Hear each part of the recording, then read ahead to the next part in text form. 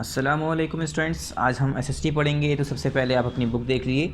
आपकी बुक का नाम है unique book of social studies class third SST. Okay, class third की आपकी एसएसटी की बुक है unique book of social studies. बच्चों, चैप्टर स्टार्ट करने से पहले हम आपको इसका कंटेंट दिखा देते हैं। ठीक है, कंटेंट ओपन कर लिए जिसमें हमने आपको सिलेबस बताया था। जल्दी से सिलेबस देख लिए। जैसे कि हम पहले से आपको ऑलरेडी सिलेबस बता चुके हैं। तो PA2 का हमने बताया था बच्चों, इसका सिलेबस 4 चैप्टर बताए थे हमने। कौन कौन से हमने कहा था इसमें? चैप्टर नंबर 9, चैप्टर 10, चैप्टर 11 और चैप्टर 12। ये 4 चैप्टर हमने आपसे कहे थे 9, 10, 11 और 12 कि ये आपके जो आपका PA2 होगा उसमें आएगा, यानी जो आपका टेस्ट होगा उसमें आएगा। तो बच्चों, इसमें से हमने 2 चैप्टर ऑलरेडी कंप्लीट कर लिए थे, जिसमें हमने चैप्टर नंबर 9 पार्ट 9 में पढ़ लिया था। चैप्टर नंबर 10 इससे पहले पढ़ा था हमने पार्ट नंबर 10 में। ठीक है, और आज हम पढ़ने जा रहे हैं चैप्टर नंबर 11। ये हमारा किस में स्टार्ट होगा? ये हमारा स्टार्ट होगा पार्ट नंबर 11 में। ठीक है स्टूडेंट्स, ये हमारा चैप्टर 11 पार्ट नंबर 11 में स्टार्ट होगा ये। चलिए अब स्टार्ट करते हैं। हम आज हमारा चैप्टर का नाम क्या है? Our occupations, page number 63। आज हमारा कौन सा चैप्टर है? ये हमारा आखिरी सेकंड लास्ट चैप्टर बचा हुआ है। ठीक है, इसके बाद एक और बचेगा हमारा, फिर PA2 का हमारा सिलेबस कंप्लीट हो जाएगा। 4 चैप्टर हैं, 2 हम कंप्लीट कर चुके हैं, तीसरा आज करने जा रहे हैं। हमारा बचेगा 1 चैप्टर सिर्फ। चलिए पेज नंबर 63 ओपन कर लिए आप सभी लोग जल्दी से। पेज नंबर 63,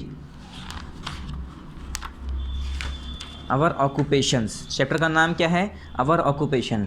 ये पार्ट कौन सा है? अभी हमने यहाँ बताया था आपको। ये पार्ट कौन सा है बच्चों? पार्ट हमारा कौन सा है? 11 है। यहाँ पर क्या है? पार्ट कौन सा मेंशन करेंगे आप? 11 पार्ट। तो यहाँ पर आप मेंशन कर दिए, पार्ट नंबर 11 लिख दिए। यहाँ पर लिख दिया पार्ट नंबर 11। ठीक है, ये पार्ट 11 हो गया आपका। और उसके साथ साथ जो आपका एक काम होता है वो होता है कि आपको यहाँ पर डेट डालनी होती है।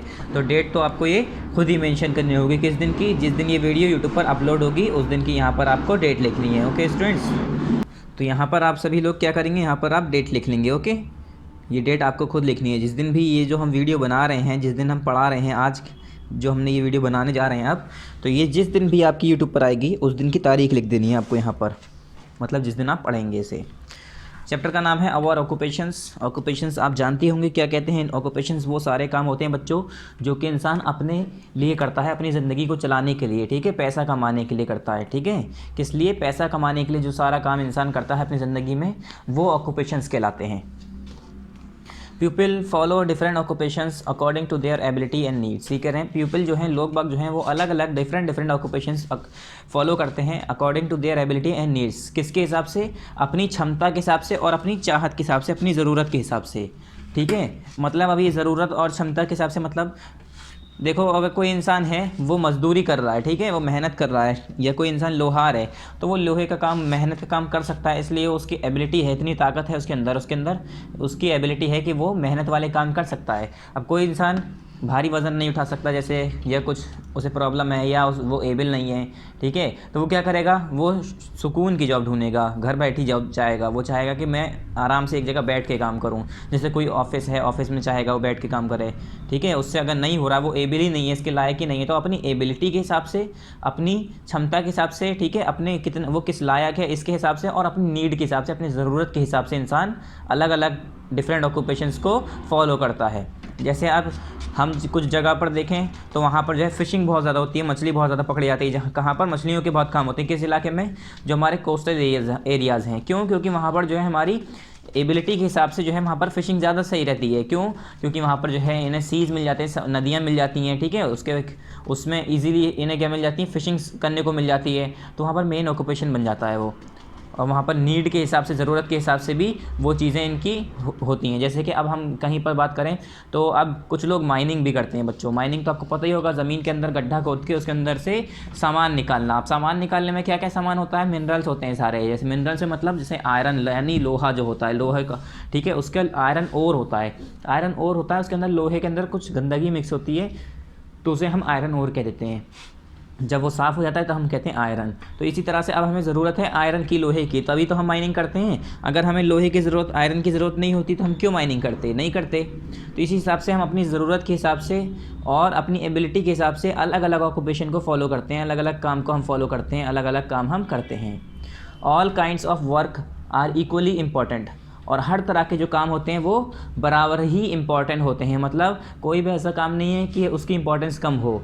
ठीक है, उसकी ज़्यादा वैल्यू ना हो। हर तरह का काम है उसकी अपनी अपनी वैल्यू होती है। ऐसा नहीं है कि कोई छोटा काम है तो उसकी वैल्यू नहीं है। इंसान को हर फील्ड में, जिस भी फील्ड में वो काम कर रहा है, उससे अपने काम की इज्जत करनी चाहिए। और उसे जितना जैसे हम बात करें कि अगर 50 लाख का काम है और 5 लाख का भी काम है, तो इंसान को दोनों में मेहनत करनी चाहिए। ये नहीं कि अब उसमें पैसा ज़्यादा मिल रहा है तो उसमें ही काम करे।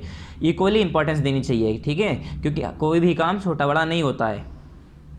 Work done with sincerity and honesty is the correct way to earn money. अब वही कह रहे हैं कि वर्क डन, वो काम किया हुआ जो कि सिंसियरिटी के साथ हुआ हो, ठीक है, और ऑनेस्टी के साथ यानी ईमानदारी के साथ हुआ हो। और सिंसियरिटी मतलब पंक्चुअलिटी के साथ, ठीक है, अपनी मेहनत के साथ और लगन के साथ। सिंसियरिटी मतलब लगन और मेहनत के साथ और ईमानदारी के साथ जो काम किया गया हो, वही जो है क्या है, एक सही तरीका होता है पैसे कमाने का। अगर इंसान बेईमानी के साथ, ठीक है, बिना मेहनत करे हुए टाल मटोल कर रहा है, ऐसे ही दूसरों से काम निकलवा रहा है और बेईमानी करके पैसा कमा रहा है, तो वो सही तरीका नहीं है। मगर यहाँ कह रहे हैं work done with sincerity and honesty is the correct way to earn money. वो काम जो कि सिंसियरिटी और ऑनेस्टी यानी ईमानदारी के साथ किया गया हो, वही तरीका, ऐसा ही काम सबसे सही होता है। पैसे कमाने का सबसे सही तरीका यही होता है, ठीक है, ईमानदारी और सिंसियरिटी से काम करना। People work at tea stalls, sell flowers, flower लिखा है बच्चों, फ्लावर्स पढ़ते हैं इसे। Vegetables, wash and iron clothes, repair scooters and cars. ये कह रहे हैं लोग बाग जैसे कि क्या क्या काम करते हैं बच्चों। देखो, टी स्टॉल पे काम करते हैं। मतलब टी स्टॉल मतलब चाय की जो खोखा होता है, ठीक है, स्टॉल का मतलब ही होता है चाय की जो दुकान होती है छोटी छोटी, उस पर काम करते हैं। अपने मतलब चाय बेचते हैं, फूल बेचते हैं, सब्जियां बेचते हैं। और वॉश एंड आयरन क्लोथ्स, और कपड़ों को धुलते हैं और प्रेस करते हैं यानी आयरन करते हैं। Repair scooter and cars, car की रिपेयरिंग करते हैं, गाड़ी मोटर बनाते हैं, मतलब स्कूटर्स बनाते हैं, कार बनाते हैं, बाइक बनाते हैं, ठीक है, मतलब मैकेनिक होते हैं। In addition there are soldiers, farmers, miners, musician, sports person etcetera. ये कह रहे हैं इसके अलावा और क्या क्या काम है। इलेक्ट्रीशियन हैं, प्लम्बर हैं, टीचर्स हैं, डॉक्टर्स हैं, कारपेंटर्स हैं, टेलर हैं, सोल्जर हैं, ठीक है, फार्मर हैं, मिनरल्स और माइनर्स हैं, म्यूजिशियन हैं, स्पोर्ट्स पर्सन हैं एक्सेट्रा। और भी बहुत सारे अलग अलग काम हैं। ये सारे ऑक्यूपेशन हो गए अलग अलग। Everyone is dependent on each other for support. और हर कोई बच्चों क्या है, एक दूसरे पर डिपेंड करता है। किस पर, किसके लिए, सपोर्ट के लिए। कि एक दूसरे पर कैसे डिपेंड करता है वो, सपोर्ट के लिए।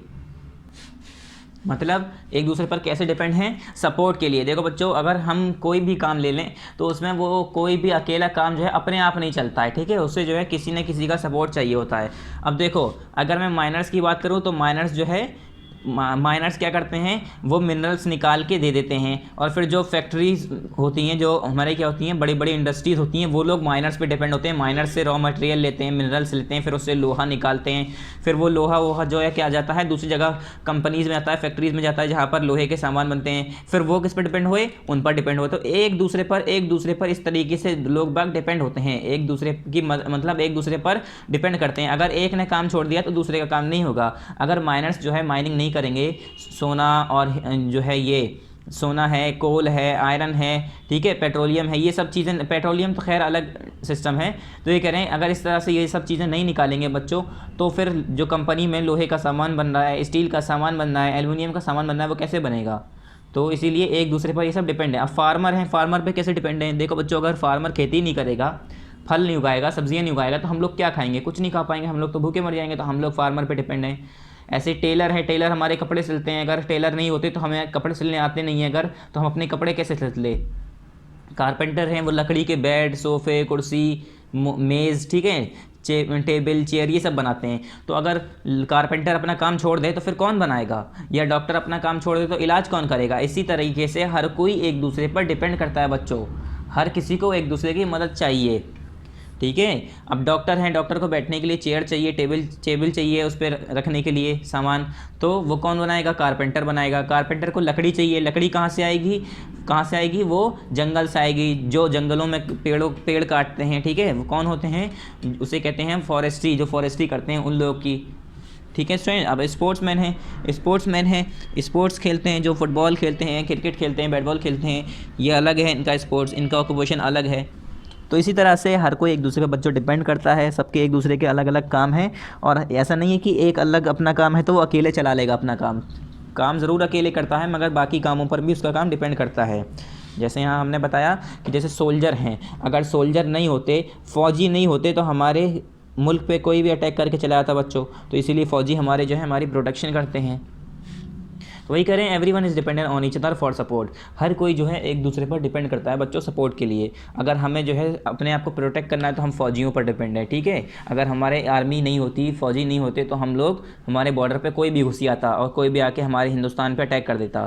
तो इससे क्या है, हम लोग किस पे डिपेंड है, सोल्जर्स पे डिपेंड है। तो इसी तरह से हम हर किसी पर एक दूसरे पर आपस में डिपेंड है बच्चों। अब यहाँ है फार्मिंग। फार्मिंग अलग पढ़ेंगे हम, फिर कैटल रेयरिंग, अलग अलग सारे ऑक्यूपेशंस पढ़ेंगे। पहला क्या है, फार्मिंग। फार्मिंग में क्या है, farming is the main occupation in the village of India. जैसा कि बच्चों हम सभी को पता है फार्मिंग क्या होता है, खेती बाड़ी करना, ठीक है, फसलों को उगाना, फसलों को उगाने को क्या कहते हैं हम, फार्मिंग, ठीक है। अब ये कह रहे हैं फार्मिंग जो है इंडिया का, जो है इंडिया के विलेज का मेन ऑक्यूपेशन है। मतलब इंडिया के जो गांव हैं, जितने भी गांव वाले इलाके हैं, उस जगहों पर जो मेन ऑक्यूपेशन है वो क्या है बच्चों, फार्मिंग है, ठीक है, खेती बाड़ी करना। तो ये इंडिया का क्या है, इंडिया के विलेजेस का मेन ऑक्यूपेशन है। गांव में ज़्यादातर लोग आपने देखे होंगे किसान होते हैं, ठीक है, फार्मर होते हैं।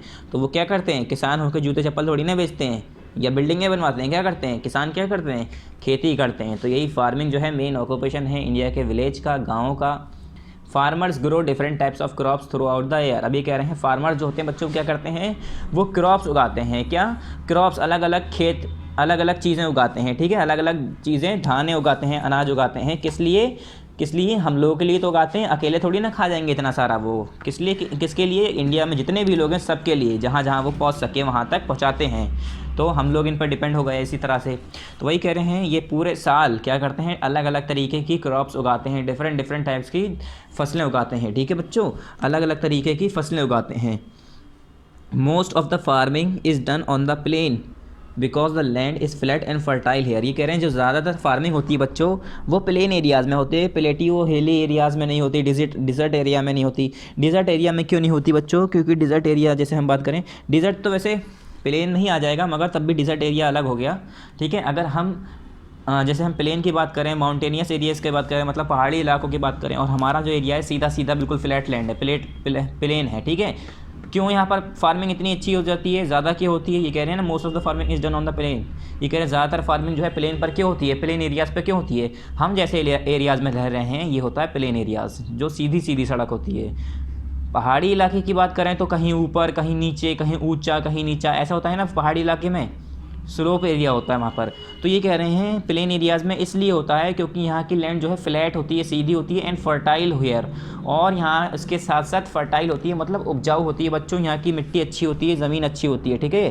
खेती बाड़ी के लिए यहाँ पर हर चीज़ मिल जाती है, पानी मिल जाएगा आपको, ठीक है, और फर्टिलिटी रहेगी सॉइल में, इसकी वजह से हमारी खेती अच्छी हो जाती है। फार्मर यहाँ पर इसलिए ज़्यादातर खेती करते हैं।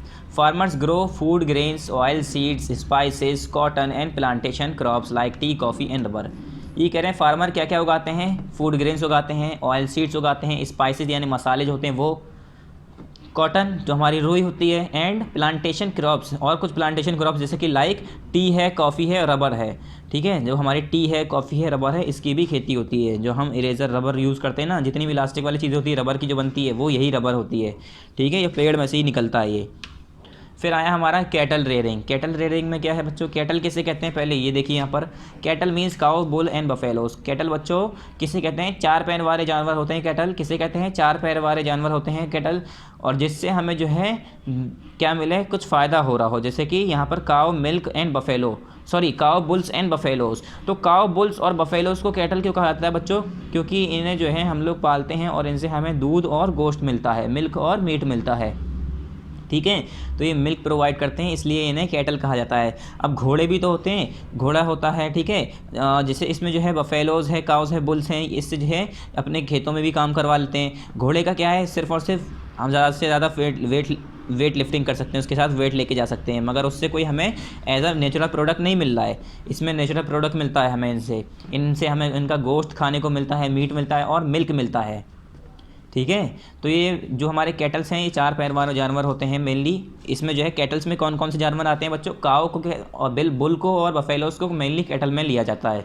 Farmers can easily feed these animal on farms. ये कह रहे हैं जो फार्मर्स होते हैं बच्चों वो ईज़िली इन जानवरों को जो है अपने फार्म्स पर फीड कर सकते हैं, मतलब खिला सकते हैं, रख सकते हैं।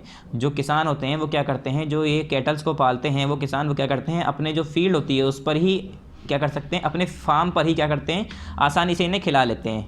मतलब खाना, इनका जो भोजन होता है वो खाना पीना सब देखभाल अपने फार्म्स पे आराम से कर लेते हैं, क्योंकि इन्हें क्या है, घास खानी होती है। अगर कहीं घास है वहाँ छोड़ दो, अपने आप खाते रहेंगे। इन्हें इतनी मेहनत तो करनी नहीं होती इन्हें खिलाने के लिए कि आपको मिला के दाल चावल मिला के थोड़ी ना देना पड़ेगा इन्हें बस छोड़ देना है, उसके बाद तो ये अपने आप घास खाते रहेंगे।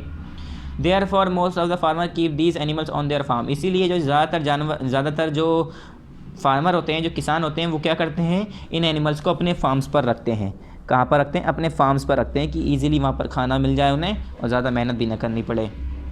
और फार्म्स पर रखने का एक मेन मकसद ये होता है कि इनकी मदद से आपने देखा होगा हल चलवाते हैं, ठीक है, हल चलवाते हैं तो इन्हें ही आगे लगा दिया जाता है और हल पीछे लगा दिया जाता है, तो वो हल चलता रहता है जब ये चलते रहते हैं। तो ये जो है इनके फार्मिंग के लिए भी बहुत ज़्यादा हेल्पफुल होते हैं। Some farmers keep sheep and goat also. अब देखो बच्चों, यहाँ पर शीप और गोट भी आ गया, बकरी, ठीक है, और भेड़।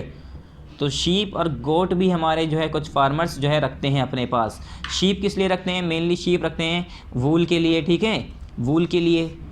और जो गोट रखते हैं वो किस लिए रखते हैं, उसके मिल्क प्रोडक्ट के लिए, ठीक है स्टूडेंट्स, उसके मिल्क प्रोडक्ट के लिए। फिर 63 पेज नंबर है ये हमारा, पेज नंबर 64 ओपन कर लिए। नेक्स्ट पेज नंबर 64, यहाँ पर देखिए, some cattles give meat and milk. ये कह रहे हैं कुछ कैटल्स होते हैं वो हमें मीट और मिल्क देते हैं। मीट और मिल्क मतलब गोश्त और दूध देते हैं। आपने देखा होगा कुछ जानवर, जैसे कुछ कैटल्स होते हैं, हम उसका गोश्त भी खाते हैं और उससे हमें मिल्क भी मिलता है।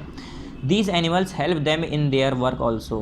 और ये जानवर बच्चों हमें मतलब जो इन लोगों को, जो लोग इन्हें पालते हैं, उनके कामों में भी मदद करते हैं। जैसे कि आपने देखा होगा यहाँ पर अब एग्जाम्पल दी है कि for example bullock can be use for ploughing fields and for drawing cards. जैसे यहाँ पर लिखा है, एग्जाम्पल बता रहे हैं कि ये मदद कैसे करते हैं जानवर इनके कामों में। तो देखा होगा आपने, बुलक जो होते हैं, जो बैलगाड़ियाँ होती हैं, ठीक है, बैल जो होते हैं वो क्या करते हैं, उन्हें यूज़ करते हैं प्लोइंग के लिए बच्चों, फील्ड को प्लोइंग करने में। मतलब आगे क्या करते हैं, पीछे हल लगा दिया जाता है और प्लो करने के लिए उसे चला दिया जाता है। हल ज़मीन में लग जाता है और जानवर चलते रहते हैं और हल चलता रहता है इस तरह से। एंड फॉर ड्राइंग कार्ड्स, और कार्ड्स ड्रॉ करने के लिए, कार्ड्स जो होते हैं ना, कार्ड्स ड्राइंग करने के लिए जो हमारे बुलक कार्ड्स होते हैं, आपने देखे होंगे तांगे जो होते हैं, मतलब पीछे जो गाड़ी जो होती है उसे आपने देखा होगा बैल खींचती है, घोड़े भी खींचते हैं, ठीक है, घोड़ा जो खींचता है उसे हम कहते हैं तांगा, और जो बैल खींचती है उसे हम कहते हैं बैलगाड़ी।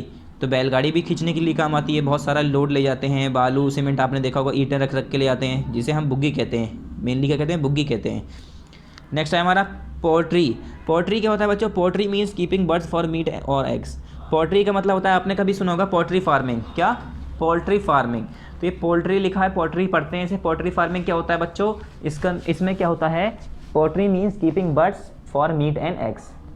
मतलब जानवरों को, जो चिड़िया होती हैं, उसे कीप करना, उसे रखना किसके लिए, मीट और एग्स के लिए, मीट और एग्स के लिए, अंडे और गोश्त के लिए चिड़ियों को पालना, उसे हम कहते हैं पोल्ट्री फार्मिंग। इसमें मेनली क्या आ जाते हैं हमारे, वो छोटी मोटी चिड़िया नहीं आती हैं, इसमें क्या आते हैं, it includes hens, ducks and geese. Geese भी एक हमारी डक्स की तरह, हैंस की तरह ही एक होती है। तो इसमें मेनली क्या आते हैं, हमारे हैंस आते हैं, जो मुर्गे होते हैं, जो हमारे डक्स होते हैं वो आते हैं, ठीक है। हैंस यानी मुर्गियाँ जो होती हैं वो, मुर्गियों को बच्चों आपने देखा होगा उससे अंडे भी मिलते हैं और उससे उसका गोश्त भी मिलता है, जिसे हम कहते हैं चिकन, ठीक है। डक्स है हमारे जो बत्तखें होती हैं, गीज़ जो होते हैं, इन सबसे क्या है, अंडे मिलते हैं। Farmers keeps these birds because they give them eggs and chicken to eat and need very little to feed as compare to sheep और काओ। और जो फार्मर इन लोगों को रखते हैं वो क्यों रखते हैं इसे, क्योंकि देखो यहाँ पर लिखा है farmer keep these bird because, क्यों रखते हैं, क्योंकि because they give them eggs and chicken, क्योंकि ये जो है फार्मर्स जब इन्हें पालते हैं तो इन्हें अंडे और चिकन देती हैं खाने के लिए। क्या, यही जानवर जो है, यही जो बर्ड्स हैं, यानी कौन कौन से बर्ड्स, हैंस, डक्स और गीज़, ये क्या करती हैं, जब इन्हें फार्मर पालते हैं तो यही क्या देती हैं इन्हें, इनके लिए एग्स देती हैं, चिकन देती हैं, गोश्त मिलता है और खाने को, और अंडे मिलते हैं। एंड सबसे इम्पॉर्टेंट फ़ायदा ये है कि and need very little to feed, और इन्हें कम देना पड़ता है खाने के लिए।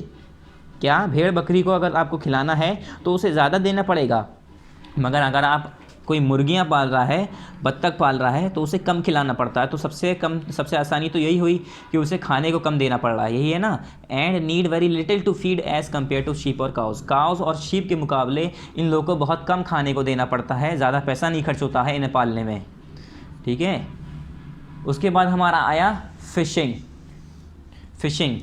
Fishing is an important occupation of coastal areas. Fishing क्या है? एक इम्पॉर्टेंट ऑक्यूपेशन है कोस्टल एरियाज़ की। कोस्टल एरियाज़ कौन से होते हैं बच्चों? आपको पता होना चाहिए। कोस्टल एरियाज़ वो होते हैं जो समुद्र के किनारे वाले हों।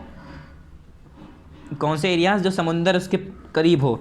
जैसे कि हमारा इंडिया नीचे से ऐसा है ना, हमारा इंडिया नीचे से ऐसा है तिकोना सा, तो इसके इधर उधर सब जगह समुंदर है यहाँ, तो ये वाला हमारा कोस्टल एरियाज़ होता है पूरा। ठीक है, ये हमारा पूरा गोवा, श्रीलंका साइड वाला हमारा, केरला वेला, ये सब हमारा क्या है? पूरा ये हमारा कोस्टल एरिया होता है हमारा। ये हमारा ईस्ट वेस्ट नॉर्थ साउथ, हमारा साउथ वाला पूरा एरिया कोस्टल में आ जाता है। Fisherman use big boats and nets for fishing for catching fish. Fishing में होता बच्चों, फिशरमैन करते क्या है? फिशिंग में होता क्या है?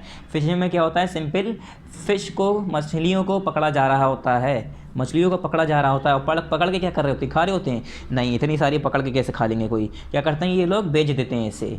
तो ये भी इनका काम हुआ। क्यों? क्योंकि ये बेचकर उससे पैसे कमा रहे हैं, तो वो भी एक ऑक्यूपेशन हुआ। अपनी ज़िंदगी को चलाने के लिए, पैसे कमाने के लिए कोई काम कर रहा है इंसान, तो वो होता है ऑक्यूपेशन। तो यही है, फिशिंग एक इंपॉर्टेंट ऑक्यूपेशन है हमारे कोस्टल एरियाज़ का। और फिशरमैन जो होते हैं वो क्या? बड़ी बड़ी बोट, बड़ी बड़ी नाव यूज़ करते हैं, इस्तेमाल करते हैं। और नेट कहते हैं जाले, जो जाल होते हैं उसे यूज़ करते हैं। किस लिए? मछलियों को पकड़ने के लिए। जब वो मछलियों को पकड़ते हैं, एक बड़ी सी नाव ले आते हैं और बड़ा सा जाल ले आते हैं, जिसमें जाल में पकड़ते हैं और उस बड़ी सी नाव में रख देते हैं उठा के, तो उसे क्या कहते हैं? फिशिंग कहते हैं।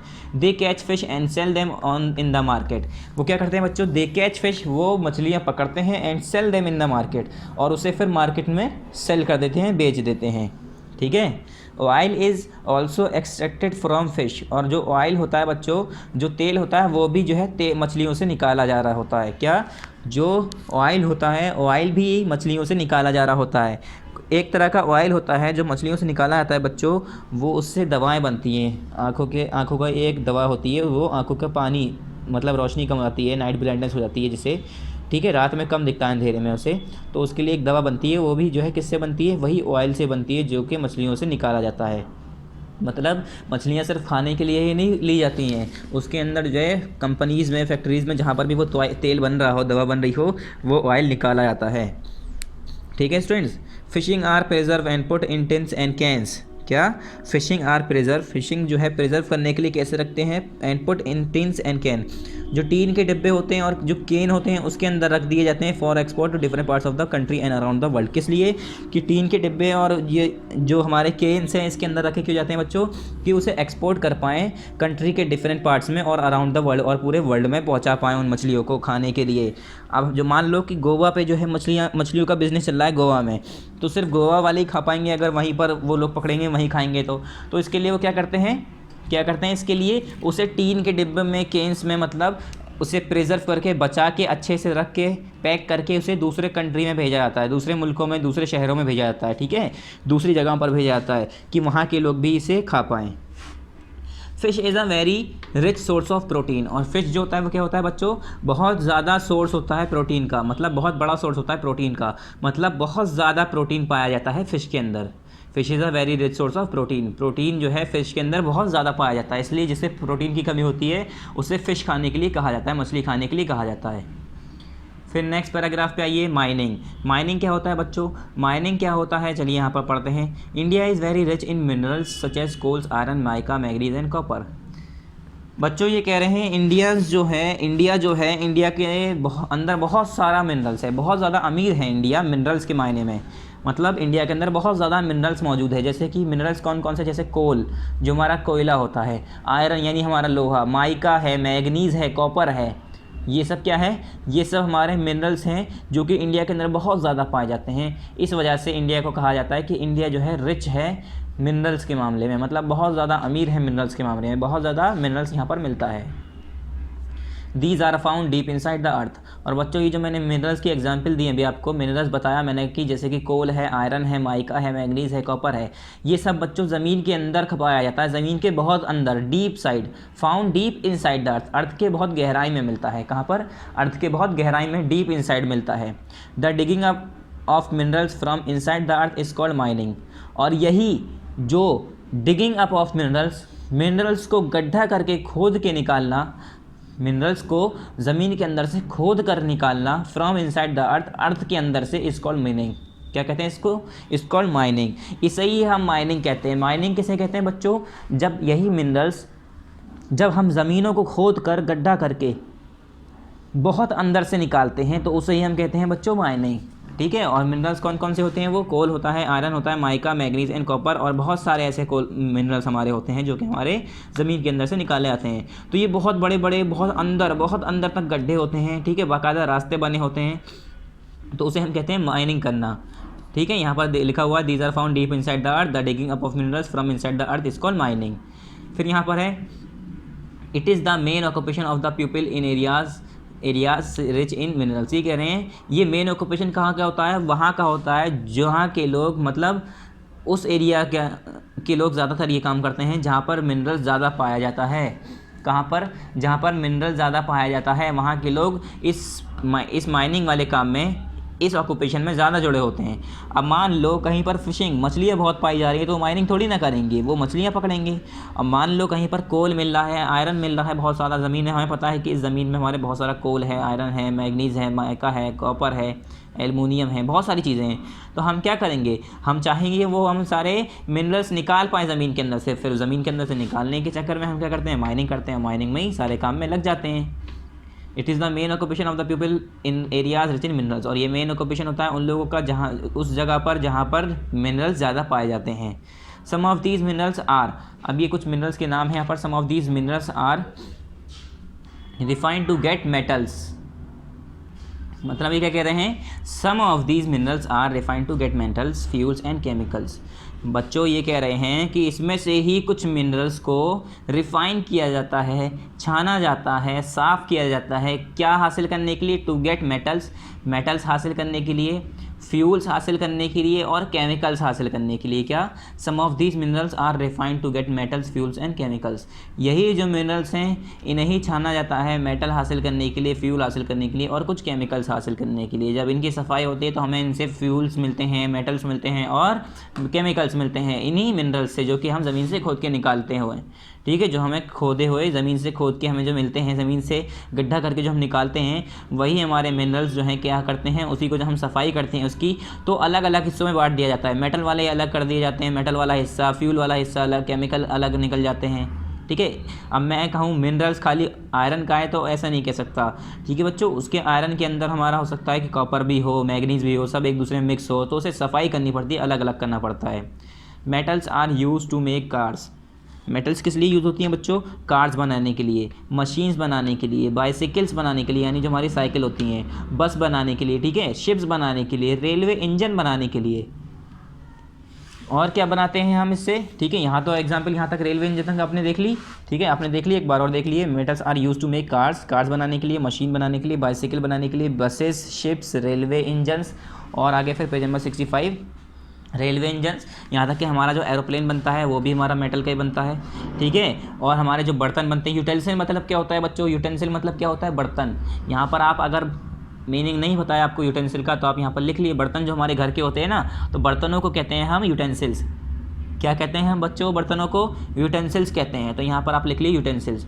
एंड स्विंग मशीन्स, और जो हमारी स्विंग मशीन्स होती है, जो मशीन कपड़े सिलने वाली मशीन्स होती है, वो भी हमारी मेटल से ही बनी होती है। लोहे की तो होती है वो, कि प्लास्टिक की होती है? तो प्लास्टिक की तो कोई मशीन होती नहीं है। अगर मशीन प्लास्टिक की भी होगी तो अंदर के सारे सामान लोहे के होंगे, ठीक है, मेटल के होंगे मतलब। फिर यहाँ पर है a large number of people are engage in metal based industries, और ये कह रहे हैं बहुत सारे लोग जो है मेटल बेस्ड इंडस्ट्रीज़ में जुड़े हुए हैं, इंगेज हैं, मतलब बहुत सारे ऐसे लोग हैं इंडिया के अंदर जो मेटल वाली जो बेस्ड इंडस्ट्रीज़ हैं, ऐसी इंडस्ट्रीज़ जिसमें मेटल से बनी हुई चीज़ें बनती है, मेटल को रिफ़ाइन कराता है, या मेटल से रिलेटेड काम होता है, मेटल से ही काम होता है, या metal as a raw material use होता है।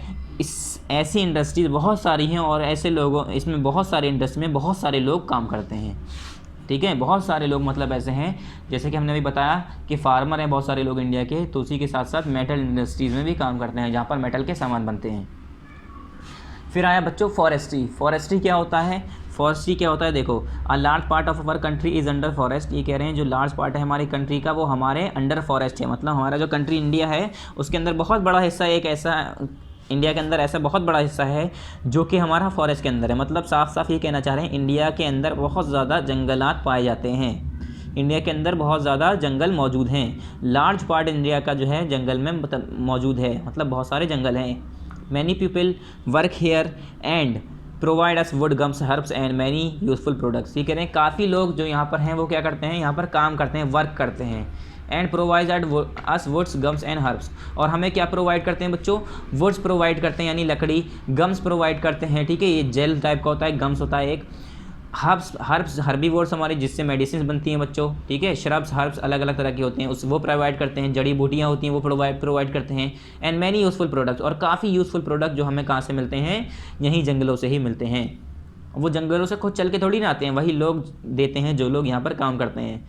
और many people do the job of cutting would in the forest, और ये करें काफ़ी लोग तो ऐसा काम करते हैं कि वो लकड़ियों को काटते हैं ज़मीन जंगलों के अंदर, और फिर वो लकड़ियों को काटते हैं बच्चों, वो इसलिए काटते हैं कि वो लकड़ियाँ यहाँ पर ला पाएँ, फिर उससे आपके बेड, सोफ़े, मेज़, कुर्सी ये सब बना पाएँ, ठीक है। और ये जो है जो जंगलों में लकड़ी काटने का काम है जैसे कि, तो ये जो है गवर्नमेंट से परमिशन लेनी पड़ती है, गवर्नमेंट के अंडर में सारा काम होता है, इलीगली कोई नहीं काट सकता है। अगर कोई बिना पूछे लकड़ियाँ काट रहा है जंगलों में तो उसे सज़ा मिलेगी, ठीक है, क्योंकि जंगलों को ख़राब करना भी एक कानूनन जुर्म है, हमारा एनवायरनमेंट ही तो ख़राब होगा, तो इसलिए उसके लिए जो है बाकायदा परमिशन लेनी पड़ती है, पूछना पड़ता है।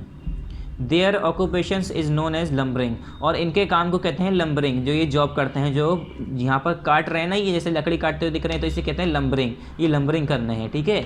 और ये सारे काम जो जंगल से रिलेटेड हैं बच्चों, जो जंगलों में लोग बाग काम करते हैं और पैसा कमाने के लिए, उसे हम कहते हैं फॉरेस्ट्री, ठीक है। The wood from trees is widely use for making doors, windows, railway sleepers और मैच बॉक्सेस एंड पेपर्स। ये कह रहे हैं जो हमारी लकड़ियाँ होती हैं बच्चों वो किस लिए यूज़ होती हैं, जो हमें ट्री से हमें लकड़ियाँ मिलती हैं, पेड़ों से हमें लकड़ियाँ मिलती हैं, वो किस लिए यूज़ होती हैं, वाइडली यूज़ होती हैं, किस लिए, डोर बनाने के लिए यानी दरवाजे बनाने के लिए, खिड़कियाँ बनवाने के लिए, रेलवे स्लीपर्स बनाने के लिए, मैच बॉक्स यानी माचिस की डिब्बीज बनाने के लिए, और हमारे पेपर बनाने के लिए। यहाँ तक कि हमारा पेपर होता है, जिस हमारा जो कागज़ है, ये कागज़ जिस पे हमारा ये पढ़ रहे हैं हम, तो ये जो पेपर का टुकड़ा है जिस पे हम लिखते हैं, जिस पर हम पढ़ते हैं, वो सब भी हमारे पेड़ों से ही मिलता है बच्चों। कहाँ से मिलता है, पेड़ों से ही मिलता है। फिर आया अदर ऑक्यूपेशंस। अदर ऑक्यूपेशंस में क्या होता है, मतलब दूसरे ऑक्यूपेशंस, दूसरे कामकाज।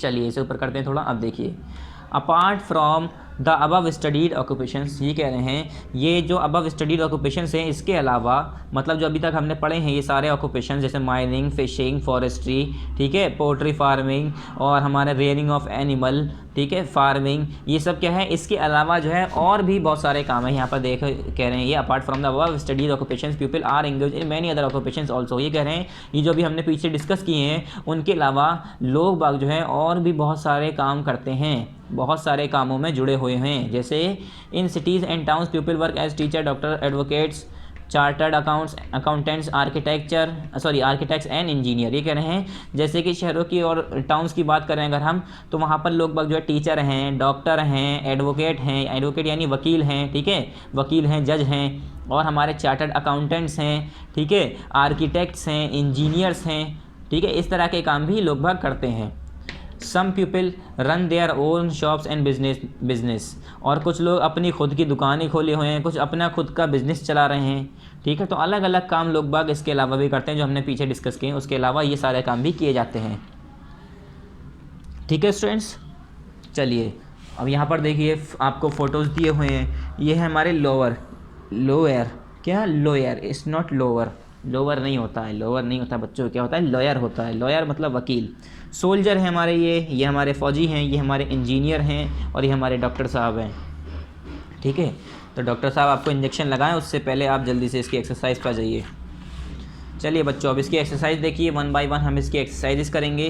पहला क्या है बच्चों, यहाँ पर टिक द करेक्ट ऑप्शन है, उसके बाद हमारा फिल इन द ब्लैंक्स है, और उसके बाद हमारा ट्रू फॉल्स। तो ट्रू फॉल्स और हमारा ये फिल इन द ब्लैंक्स और आपका टिक द करेक्ट, ये तीनों आपको बुक में ही रहने देना है। क्या क्या, टिक द करेक्ट बुक में, फिल इन द ब्लैंक्स भी बुक में, और आपका ये ट्रू फॉल्स भी बुक में।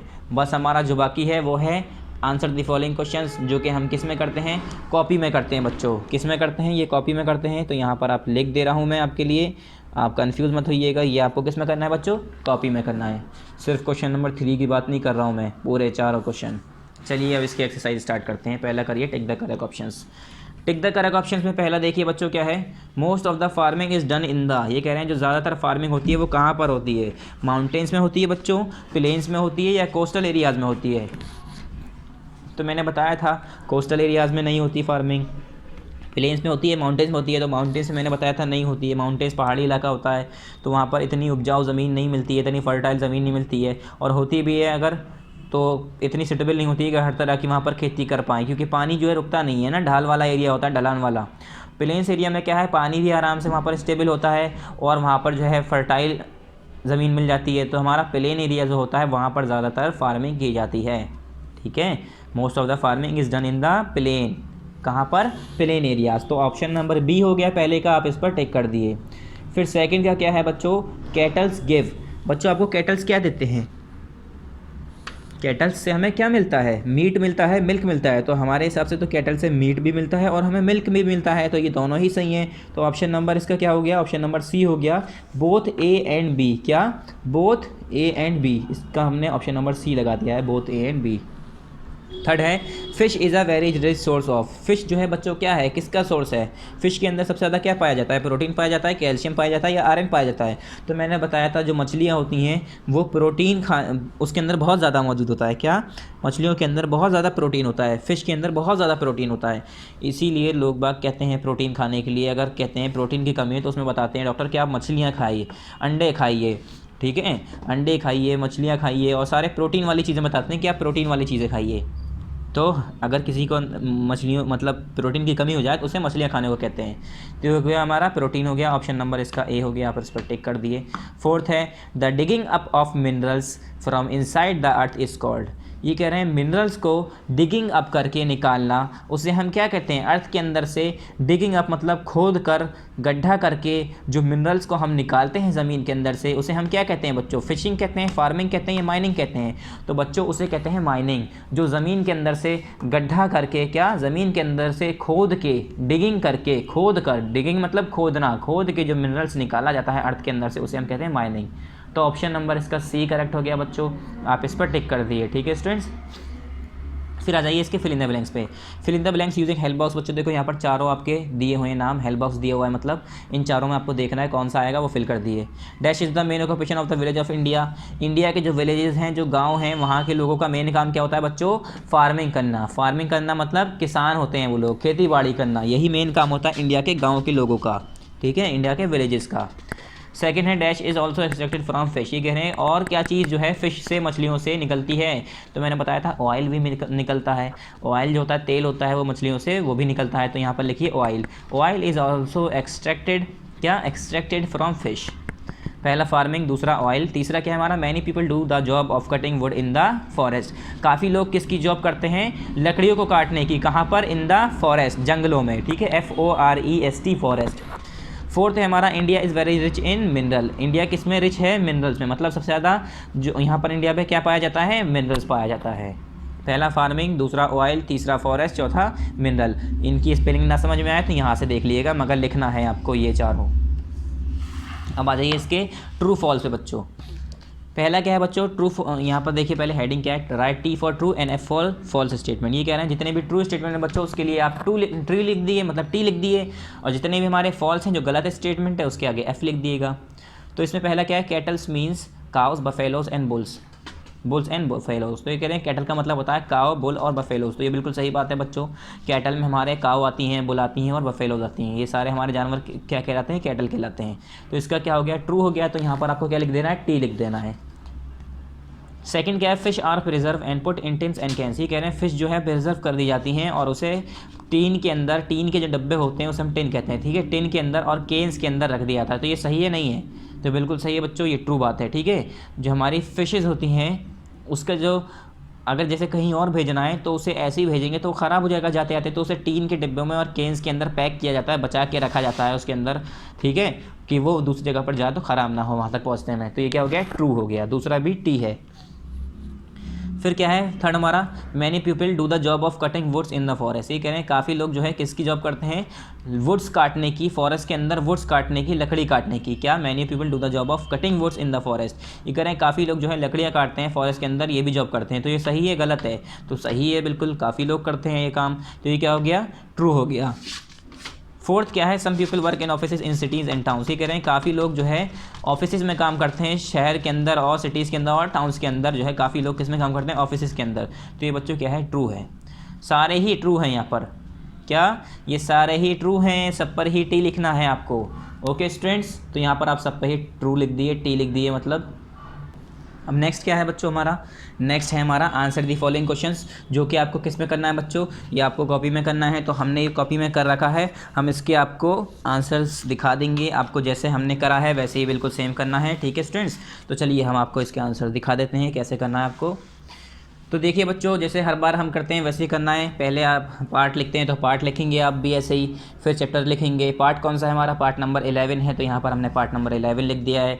फिर चैप्टर नंबर 11 हमने यहाँ लिखा है, क्यों, क्योंकि हमारा चैप्टर नंबर 11 है। उसके बाद चैप्टर का नाम लिखा है हमने आवर ऑक्यूपेशंस। चैप्टर का नाम क्या है हमारे, आवर ऑक्यूपेशंस। तो ये तीनों लिखने के बाद ऐसे ही लिखिएगा, जहाँ पर मैंने लिखा है वहाँ ही लिखिएगा, और तीनों को ऐसे ही अंडरलाइन करिएगा।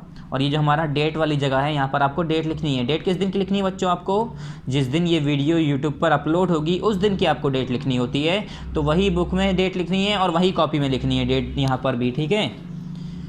फिर हमने हेडिंग लिखनी है बच्चों। हेडिंग क्या है हमारी, आंसर दी फॉलोइंग क्वेश्चंस। क्या, आंसर दी फॉलोइंग क्वेश्चंस, आपको ये हेडिंग लिखनी है। यहाँ पर लिखिएगा आंसर दी फॉलोइंग क्वेश्चंस, एक लाइन छोड़ के क्वेश्चन 1 उतारना है। क्या, क्वेश्चन नंबर फर्स्ट उतारना है आपको। क्वेश्चन नंबर फर्स्ट क्या है, पहले यहाँ पर देखिए question first, define occupation. Occupation define करना है आपको। क्या, डिफाइन ऑक्यूपेशन। ऑक्यूपेशन क्या होता है बच्चों, उसे डिफाइन करना है आपको। तो यहाँ पर आप पहले क्वेश्चन उतार लिए, ऑक्यूपेशन होता क्या है, मैंने क्वेश्चन उतारा, देखिए डिफाइन ऑक्यूपेशन। उसके बाद क्वेश्चन मार्क, एक लाइन छोड़ के आंसर लिखा मैंने, answer first, all kinds of work people doing to earn money is called occupation. क्या, हर तरीके का काम जो इंसान करता है, जो लोग बाग करते हैं, all kinds of work people doing, वो सारे काम जो लोग बाग कर रहे हैं, टू अर्न मनी, किस लिए, पैसा कमाने के लिए, उसे हम कहते हैं ऑक्यूपेशन। ठीक है, उससे हम कहते हैं ऑक्यूपेशन। मैं और बड़ी डेफिनेशन लिखवा सकता था, 4 लाइन की, 5 लाइन की, 10 लाइन की, कोई फ़ायदा नहीं है। छोटी सी डेफिनेशन आपके लिए ठीक है, 3rd क्लास में है, इतनी ही बड़ी ठीक है आंसर। ओके स्टूडेंट्स, इसकी डेफिनेशन और बड़ी हो सकती थी, मगर इतनी ही बड़ी आंसर आपके लिए ठीक है। तो आप ये चुपचाप से जल्दी से आंसर उतार लिए, फिर क्वेश्चन नंबर 2 पे आ जाइए। ये उतार लिया आप answer, all kinds of work people doing to earn money is called occupation. अब क्वेश्चन नंबर 2 है बच्चों, यहाँ पर देखिए हमने उतार रखा है, मगर उससे पहले हम बुक में देखेंगे क्वेश्चन नंबर 2 क्या है। क्वेश्चन नंबर 2 देखिए बुक में, what do you mean by cattle rearing. ये कह रहे हैं कैटल रेयरिंग से आपको क्या समझ में आता है, कैटल रेयरिंग होता क्या है बच्चों। तो ये कैटल रेयरिंग क्या होता है, यहाँ पर देखिए question number 2, what do you mean by cattle rearing. उसके बाद क्वेश्चन मार्क, एक लाइन छोड़ के आंसर लिखना है, answer 2, cattle means cows, bulls and buffaloes. Cattle का मतलब होता है बच्चों काउ, बुल और buffaloes, and rearing of these animal for their product, और इन जानवरों की पालना, इन जानवरों को देखभाल करना, इन्हें रेयरिंग करना, इस किसके लिए, फॉर देयर प्रोडक्ट, इसके प्रोडक्ट के लिए, कि जो इनसे हमें प्रोडक्ट मिलते हैं, जैसे कि लाइक मिल्क है, एग है, एक्सेट्रा, और बहुत सारी चीज़ें, इस कॉल्ड कैटल रेयरिंग। इसे हम क्या कहते हैं, कैटल की रेयरिंग करना, कैटल को पालना, कैटल की देखभाल करना। तो यहाँ पर आंसर नंबर 2 लिखो, kettles means cows, bulls and buffaloes and rearing of these animals for their product like milk, egg etc. ठीक है, it is called cattle rearing. ये क्या होता है हमारा, कैटल रेयरिंग होता है। तो आंसर नंबर 2 यहाँ से यहाँ तक आपका कंप्लीट हो गया। क्वेश्चन नंबर 3, पहले बुक में देखिए, व्हाट इज़ अ फॉरेस्ट्री। ये कह रहे हैं बच्चों फॉरेस्ट्री क्या होता है। क्या, फॉरेस्ट्री क्या होता है, तो हमें ये बताना है what is a forestry, question number 3। तो यहाँ पर देखिए बच्चों, हमने यहाँ पर क्वेश्चन आपका उतार रखा है, what is a forestry, question mark, एक लाइन छोड़ के आंसर लिखा हमने, a large part of our country is under forest. ये कह रहे हैं हमारा जो कंट्री का लार्ज पार्ट है, बड़ा हिस्सा है, वो हमारे फॉरेस्ट के अंदर मौजूद है, मतलब काफ़ी फॉरेस्ट हमारे इंडिया के अंदर मौजूद है। उसके बाद अगली लाइन में यहाँ पर फुल स्टॉप के बाद, many people work here and provide us wood gum.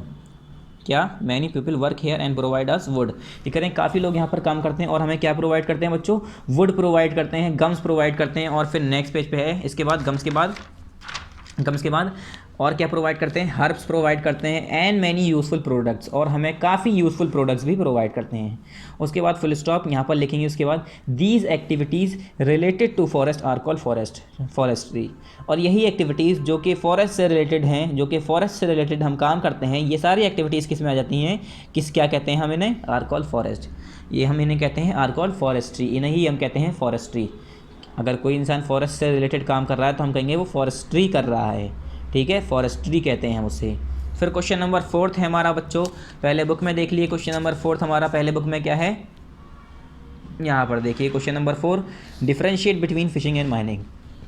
Fishing और माइनिंग में आपको क्या करना है, डिफरेंशिएट करना है कि फिशिंग और माइनिंग होती क्या है। तो यहाँ पर क्वेश्चन नंबर 4 पहले उतार लिए, देखिए differentiate between fishing and minings, fishing और माइनिंग्स के बीच में डिफरेंशिएट करना था, हमने ये लिख लिया। क्वेश्चन लिखने के बाद यहाँ पर क्वेश्चन खत्म है, ये फुल स्टॉप के बाद आंसर नंबर 4 लिखा है हमने। Fishing is an important occupation of coastal areas, fishing कहाँ का इंपॉर्टेंट ऑक्यूपेशन है, कोस्टल एरियाज़ का। इसमें करते क्या है फिशिंग में, fisherman use big boats and nets for catching fish. इसमें जो फिशरमैन होते हैं बच्चों, वो बड़ी नाव और जाल यूज़ करते हैं मछलियों को पकड़ने के लिए। ये तो हमारा फिशिंग का हो गया कि उसमें क्या करते हैं, मछलियों को पकड़ा जाता है। फिर उसके बाद बच्चों आया हमारा माइनिंग, इन्होंने माइनिंग का भी पूछा है ना, फिशिंग का भी पूछा है, माइनिंग का भी पूछा है। माइनिंग का यहाँ से आया दूसरा पॉइंट लगा के, देखिए मैंने यहाँ पर पॉइंट लगाया, ये फिशिंग का है यहाँ से यहाँ तक, फिर यहाँ से यहाँ तक हमारा माइनिंग का है। मैंने ज़्यादा बड़ा नहीं करा है, माइनिंग का और भी था आंसर वैसे इसमें।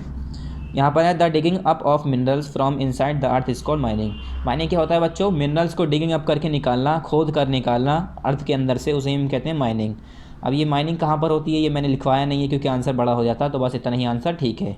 ओके, यहाँ से पहले यहाँ तक फिशिंग का हो गया, फिर यहाँ से लेके यहाँ तक, यहाँ से लेके दा से लेकर यहाँ तक माइनिंग तक हमारा माइनिंग का हो गया।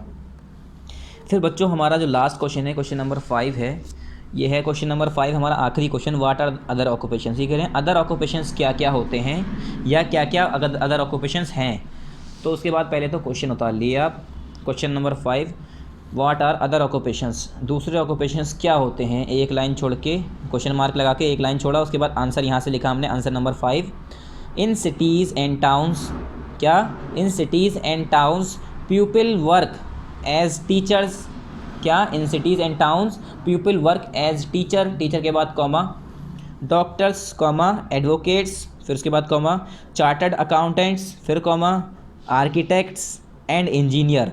ये हमारे अलग अलग काम हो गए, सिटीज़ और टाउन्स में जो लोग बाग दूसरे अदर ऑक्यूपेशंस करते हैं वो हमारे हो गए। उसके बाद फुल स्टॉप के बाद some people run their own shops and business, और यहाँ तक कि कुछ लोग तो अपनी खुद की दुकानें चलाते हैं और अपना खुद का बच्चों बिजनेस करते हैं, ठीक है, अपनी खुद की दुकानें चलाते हैं, अपना खुद का बिजनेस करते हैं। तो यहाँ से यहाँ तक आपका आंसर नंबर 5 कंप्लीट हो गया। एक बार आप क्वेश्चन आंसर दोबारा देख लिए। यहाँ से देखिए बच्चों, पहला क्वेश्चन डिफाइन ऑक्यूपेशन, इसमें मैंने लिखा all kinds of work people doing to earn money is called occupation, ये तुम्हारा आंसर नंबर 1 हो गया। फिर क्वेश्चन नंबर 2 हमारा, what do you mean by cattle rearing, क्या आपको कैटल रेयरिंग से क्या समझ में आता है। आंसर मैंने यहाँ पर एक लाइन छोड़ के लिखा, answer number 2, cattle means cows bulls and buffaloes, cattle means cows bulls and buffaloes. उसके बाद यहाँ लिखा हमने एंड रेयरिंग ऑफ, क्या, and rearing of these animals for their product like meat egg etcetera is called cattle rearing. फिर question number 3 है बच्चों हमारा, व्हाट इज़ फॉरेस्ट्री, क्या है, व्हाट इज़ फॉरेस्ट्री, फॉरेस्ट्री क्या होता है। तो यहाँ पर आंसर लिखा, a large part of our country is under forest, full stop, many people work here and provide us would gums. इसके बाद हमारा नेक्स्ट पेज पे गम्स के बाद इसी का आंसर अभी आधा आगे है, wood gums herbs and many useful products, these activities related to forest are called forestry. ये हमारा आंसर नंबर 3 हो गया। क्वेश्चन नंबर 4 हमारा, differentiate between fishing and mining, fishing और माइनिंग के बीच में डिफरेंशिएट करना था। पहले यहाँ से फिशिंग का यहाँ तक, फिर यहाँ से यहाँ तक हमारा माइनिंग। तो फिशिंग वाला देखिए पहले, fishing is an important occupation of coastal areas, कहाँ का इंपॉर्टेंट ऑक्यूपेशन है, कोस्टल एरियाज़ का। Fisherman use big boats and nets for catching fish, और फिशरमैन क्या करते हैं, बड़ी बड़ी नाव और जाले यूज़ करते हैं, किस लिए, मछलियों को पकड़ने के लिए। बड़ी बोट क्यों यूज़ करते हैं, क्योंकि जब मछलियाँ पकड़ेंगे तो रखेंगे कहाँ पर, समुद्र के अंदर बीच में, अगर कहीं नदी में पकड़ रहे हैं तो वो कहाँ पर रखेंगे, बड़ी बड़ी नाव लेके आते हैं, उसी के ऊपर रख देते हैं। फिर यहाँ पर the digging up of minerals from inside the earth is called the mining, ये कह रहे हैं गड्ढे को करके ज़मीन को खोद कर जो मिनरल्स निकाला जाता है ज़मीन के अंदर से, उसे हम कहते हैं माइनिंग। फिर लास्ट क्वेश्चन जो हमारा क्वेश्चन नंबर 5 था, इसमें पूछा था और बताओ काम जो इंडिया के अंदर अलग अलग काम किए जाते हों, यानी फिशिंग को छोड़कर, कैटल रेयरिंग को छोड़कर, ठीक है, माइनिंग को छोड़कर और काम क्या क्या रह जाते हैं। तो यहाँ पर है what are the other occupations, तो एक लाइन छोड़ के मैंने आंसर लिखा, in cities and towns people work as a teacher, क्या क्या काम करते हैं लोग बाग टीचर के तौर पर, डॉक्टर होते हैं, एडवोकेट होते हैं, चार्टर्ड अकाउंटेंट होते हैं, आर्किटेक्ट होते हैं, इंजीनियर होते हैं, और यहाँ तक के कुछ लोग क्या करते हैं, अपनी खुद की दुकानें और बिजनेस करते हैं। ठीक है, तो यहाँ पर आंसर नंबर 5 कंप्लीट हो गया। अब यहाँ पर हमारी सारी एक्सरसाइज बच्चों कंप्लीट हो गई हैं, ये आप कॉपी में कर लिएगा। बाकी ये ट्रू फॉल्स जो हमने बुक में कराया बुक में ही रहने दिएगा, ये सारी ट्रूथ है हमारे। फिर ये हमारी फिल इन द ब्लैंक्स, इसे भी देख लिया एक बार, आपको कुछ गलती नहीं होनी चाहिए, ठीक है। टिक द करेक्ट देख लिए हमारे, पहले का हमारा बी, दूसरे का सी, तीसरे का हमारा ए और चौथे का हमारा सी। ये सारे आपको बुक में ही करने हैं, बस क्वेश्चन आंसर जो हमारे होते हैं वही आपको कॉपी में करने होते हैं। चलिए अब इसकी कंटेंट पे आ जाइए जल्दी से। तो बच्चों एक बार कंटेंट दोबारा देखिए, chapter number 9, chapter number 10, chapter number 11, chapter number 12, ये 4 चैप्टर आपके PA2 में आ रहे हैं। क्या ये 4 चैप्टर आपके PA2 में आ रहे हैं? और कितने हमने कंप्लीट कर लिए बच्चों? आज हमारा तीसरा भी हो गया है इसका चैप्टर, यानी चैप्टर नंबर 11 भी हो गया है हमारा, पार्ट नंबर 11 में कंप्लीट। ठीक है, कितने चैप्टर हो गए? 1 2 3 हो गए हैं। अब लास्ट चैप्टर हमारा जो बचा है बच्चों, चैप्टर नंबर 12 बचा है, ये हम पार्ट नंबर 12 में करेंगे। ठीक है, यहाँ पर पार्ट नंबर 12 लिख लिए, नेक्स्ट टाइम हम यही चैप्टर पढ़ेंगे। ओके स्टूडेंट्स, यहाँ पर हमारे सारे चैप्टर कंप्लीट, बस एक आपका बाकी रह गया है नेक्स्ट टाइम जो हमें पढ़ना है। थैंक यू वेरी मच, अस्सलाम वालेकुम।